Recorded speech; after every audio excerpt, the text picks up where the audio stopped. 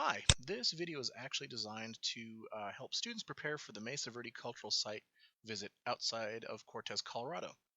In particular, this is for Graland Country Day School, and I have been giving this presentation in various formats for a number of years. So this is actually a revamp for the upcoming year, which they plan on leaving in May. But why do this? So first of all, one, I'm an alumnus of this school, and also because, as a Native American, I hope to help further the students' insight into this trip, help them make some connections, and also create some conversation and discussion. So I start out with what's shaking with those ancestral Puebloans. I might also add that this trip and presentation are for sixth graders. Again, like I said, it occurs in May. So this slide actually highlights the locations of places and helps them to place where they'll be going, as well as highlight the location of both ancestral territory as well as current geography. So in my case, being from the Hopi Nation, I try to point out where we're located currently when the original village was founded, which actually was at the same time as Mesa Verde was in full swing. And you'll also notice Mesa Verde's up there in Colorado. So the next thing I do is I introduce them to some language and other information. I try to emphasize that their learning packets, as supplied by the school and the faculty, are of actually very good quality. So you'll notice I have a picture of a woman cooking in the background. She's actually a Hopi lady. And then I also include some words like Anasazi, Hisatsanam, Kikmongwe, Piki, some of the words that they might hear when they're there or help them to place what the information is that they're learning. So some of the other information I also provide is that there's a difference in language variations by geographic locations. There are pottery differences, building differences. There are some changes in lifestyle depending on where you are. But overall, trying to sort of create a sense of things have not just magically disappeared. We weren't whisked away by aliens. So in the next slide, I ask them to make an inference or comparison about what they might currently think or know about housing. So that is, what constitutes a modern dwelling. So in this picture I actually have, and they don't know this when I present this, I have a picture of my grandmother's house on the left-hand side, and then also a picture of Cliff Palace on the right-hand side. And then I do this. I go, surprise!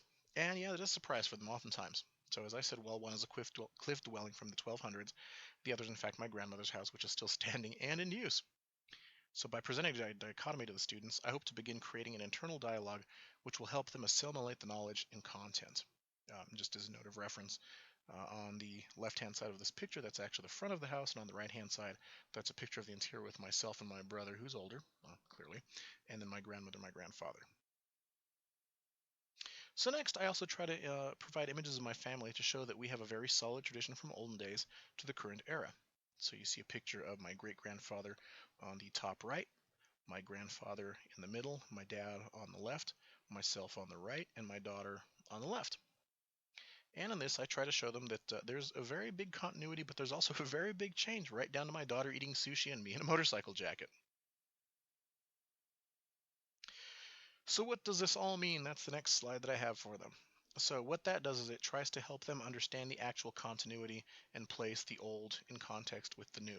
So I address continuity, trade, and migration. People just didn't disappear.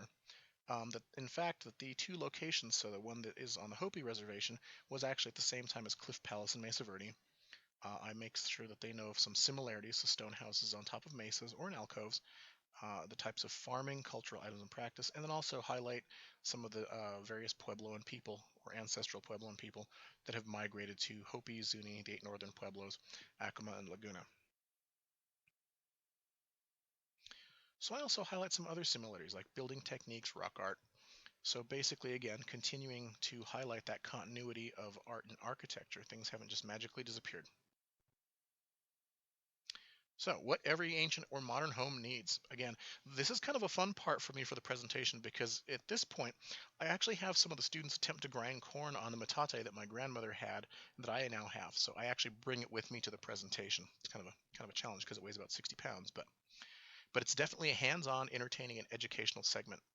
Usually I am flooded with volunteers as the kids find this TPR or total physical response exercise to be fun while also being instructional without them necessarily recognize it.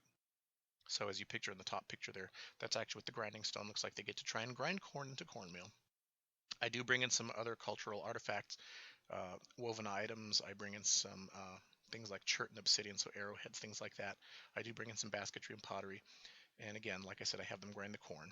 And you'll notice, just for fun, I put on there food supplies: corn, beans, squash, chili, game meats, Whole Foods. Yeah,